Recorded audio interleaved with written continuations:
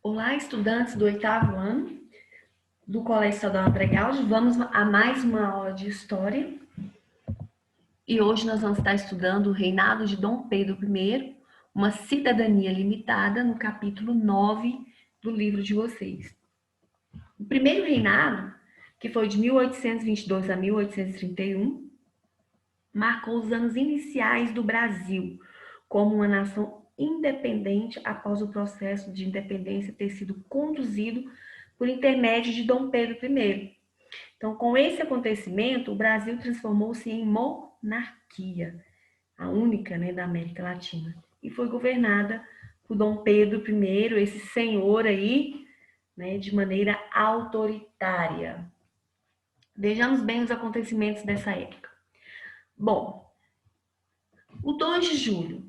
Mas por que será que o 2 de julho é tão importante para os baianos a ponto de merecer um hino?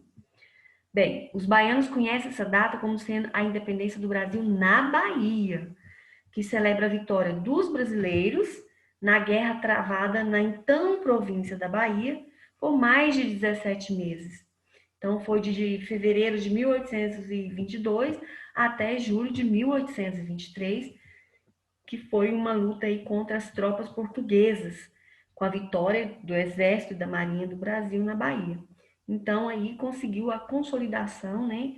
Consolidou-se a separação política do Brasil de Portugal. Bom, a independência do Brasil é um dos fatos históricos mais importantes de nosso país, pois ele marca o fim do domínio português e a conquista da autonomia política. Então, no mês de dezembro de 1822, Dom Pedro foi declarado o imperador do Brasil.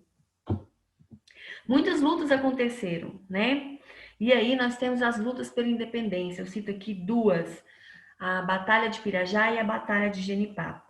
A Batalha de Pirajá foi um grande marco na luta pela independência na Bahia. Em 8 de novembro de 1822, as tropas brasileiras impediram o avanço lusitano para o interior do estado, impondo assim uma derrota militar e política às forças portuguesas. Então, essa Batalha do Pirajá é considerada um dos principais confrontos de guerra pela independência da Bahia. Cita aqui também a Batalha de Genipapo. Aconteceu às margens, né, do rio Genipapo, onde atualmente encontramos a cidade aí de Campo Maior, lá no Piauí. A batalha ela se iniciou após terem sido descobertas as intenções do comandante das tropas portuguesas, que era manter a região sob domínio português, né, para abafar os movimentos de independência que se desenvolviam na área. Então, os brasileiros eles decidiram impedir que o plano dos portugueses fosse realizado. E aí travaram uma luta entre o Império do Brasil e o Reino Unido de Portugal. Então, a Batalha de Genipapo ocorreu no dia 13 de março de 1823, com uma batalha decisiva para a independência do Brasil, a Batalha de Genipapo. Então, cearenses e maranhenses eles se juntaram ao povo do Piauí nessa importante data histórica para lutar contra resistentes tropas portuguesas lideradas pelo major João José da Cunha Fideli. Bom, além disso, dessas lutas, né, dessas batalhas, a gente teve aí o reconhecimento e o preço da independência do Brasil, tá? Então, o reconhecimento da independência envolveu os mais diversos interesses. Os Estados Unidos, por exemplo, tinham interesse em proteger a América contra a política intervencionista da Santa Aliança e a influência europeia. Agora, quanto aos portugueses, para pagar a dívida, o governo brasileiro ele pediu aos banqueiros ingleses um empréstimo. Só que parte do dinheiro nem chegou a sair da Inglaterra. Por quê? Portugal devia aos ingleses. Então, Tratado de Paz e Amizade, segundo o acordo firmado, né, o governo português ele reconhecia a independência do Brasil a partir do pagamento de uma indenização no valor de 2 milhões de libras esterlinas. Bom, e a Inglaterra foi a renovação, né, para haver um reconhecimento e a independência, seria a renovação do Tratado de Comércio e Navegação por mais 15 anos e continuando também a pagar os impostos, né, com a mesma taxa, 15%, além da extinção do tráfico de africanos escravizados.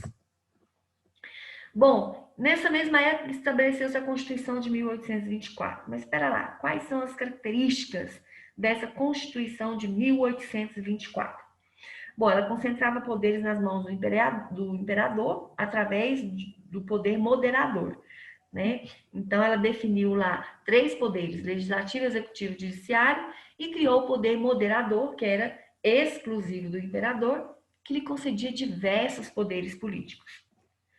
Bom, outra característica, só os ricos podiam votar, pois o voto era baseado em renda. Olha só para vocês verem, né? Esse sistema eleitoral ele acabou excluindo a maioria das pessoas, da população brasileira, do direito de escolher seus representantes. Ou seja, então, continuava aí os interesses somente dos ricos, né? Bom, além também, ela definiu algumas leis, né, para o processo eleitoral e, de acordo com ela, só poderiam votar realmente os grandes proprietários de terras e todos do sexo masculino com mais de 25 anos. Para ser candidato também era necessário comprovar alta renda, né? Na época eram réis, 400 mil réis por ano para deputado federal e 800 mil réis para senador, enfim, era muita grana. E uma das características também da Constituição era a igreja estar subordinada ao Estado e a manutenção também do sistema que garantia os interesses da aristocracia. Bom, houve então aí uma reação contra o autoritarismo de Dom Pedro. Inconformados, lógico, com esse caráter elitista dessa Constituição que eu acabei de falar para vocês, com o uso do poder totalmente centralizado, né, nas mãos de Dom Pedro, alguns representantes de algumas províncias do Nordeste, eles defendiam essa separação, a federação de algumas províncias do Nordeste e também a separação de outras regiões aqui do Brasil. Então, o movimento ele acabou sendo sufocado com extrema violência pela tropa imperial. Mas por conta da repressão, a Confederação do Equador, a república criada por pernambucanos e também apoiadas por revolucionários de vários estados nordestinos, Dom Pedro ele acabou perdendo muito o apoio popular, porque além disso, ele não era capaz assim de resolver toda a crise econômica e financeira do Brasil. Dom Pedro ele era muito difícil, gente. Ele pedia empréstimos a bancos estrangeiros, emitia moeda para pagar suas despesas, e isso gerava uma inflação, ou seja, uma alta generalizada dos preços, né? E cada vez mais os preços subiam e a oposição do imperador, ela se alastrava e aumentava a cada dia mais. Bom, o Exército Imperial do Brasil ele ataca então as forças confederadas no Recife em 1824. O governo imperial ele tomou algumas medidas severas contra o movimento separatista, né? E aí Dom Pedro ele pediu empréstimos à Inglaterra e contratou mercenários ingleses para que lutassem contra esses revoltosos. Mas aí não resistindo ao enfraquecimento interno do movimento, né? E a reação aí imperial, a Confederação do Equador acabou tendo seu fim. Então, 16 envolvidos foram acusados, executados pelas instituições judiciárias aí do Império, e entre eles, né, podemos citar aí o Frei Caneca, que teve como pena de morte o fuzilamento. A Guerra de Cisplatina, né? Bom, os brasileiros, eles não apoiaram muito esse conflito, porque eles sabiam que o governo aumentaria os impostos para financiar a guerra. Enfim, esse episódio desgastou ainda mais a imagem de Dom Pedro I. Mas o conflito teve início quando um grupo de dirigentes da província de Cisplatina declarou então a separação do Brasil e a incorporação à República Argentina. Dom Pedro, ele declarou uma guerra à Argentina. E aí o exército brasileiro foi derrotado, causando muito prejuízo pelos gastos, né, e o grande número de soldados mortos também nessa guerra, nesse conflito. A Inglaterra interveio no conflito, pressionando o Brasil e a Argentina para poder assinar um acordo de paz. E assim a província de Cisplatina declarou sua independência declarou a sua dependência desses dois países, tornando-se, né, a República hoje do Paraguai. Então, sem alcançar o êxito esperado, um grupo de soldados e populares concentrados no campo de Santana ameaçaram a integridade de Dom Pedro. Então, mediante essa situação toda embaraçosa, ele acabou abdicando do trono no dia 7 de abril de 1831. E aí houve, então, uma crise, a decadência, né?